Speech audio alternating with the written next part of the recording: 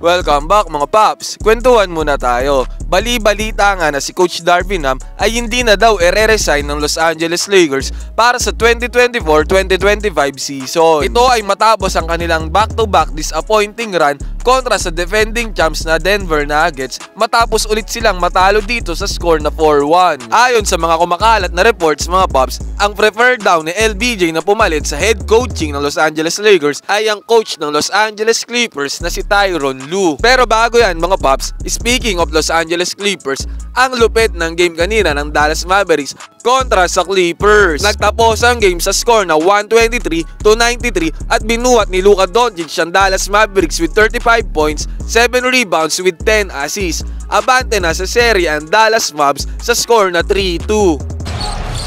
Chipping inside. Oh, it's picked up. Pickpocketed right there by Irving.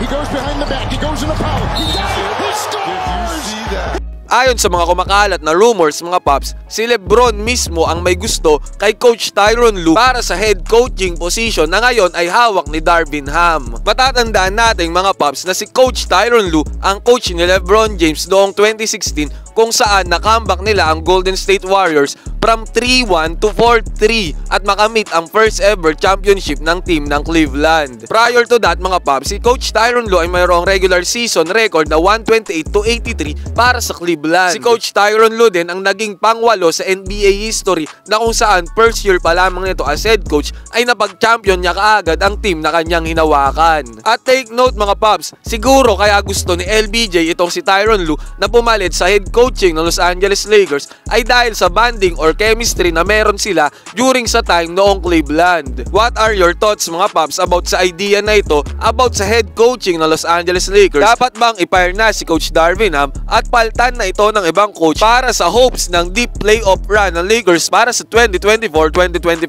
season? Samantala mga paps, if ever given a chance daw itong si Taurean Prince para mag-resign sa Lakers ay gagawin niya daw ito. Si Taurean Prince ay malaking tulong para sa Lakers dahil sa kanyang efficient shooting at sa kanyang slashing ability. Samantalang ayon naman kay Rui Hachimura, ito daw ang team na kung saan kayang mag-champion ngunit kailangan ding mag-rebuild para magawa ito. Ang hopes ni Rui Hachimura para sa Lakers ay nananatili pa ring buhay para sa championship run nito. At ayon naman mismo kay AD, ang paraan daw para maging championship contender pa din ng Lakers sa mga susunod na taon ay ang pagbalik ng mga core players ng Lakers katulad ni LeBron James. Si AD at LBJ ang nagbuhat sa Los Angeles Lakers kontra sa Denver Nuggets kung saan nag-combine sila ng points na mas mataas pa sa buong team ng Lakers kung silang dalawa lang. Ngayon mga paps, what are your thoughts para sa head coaching position ng Los Angeles Lakers?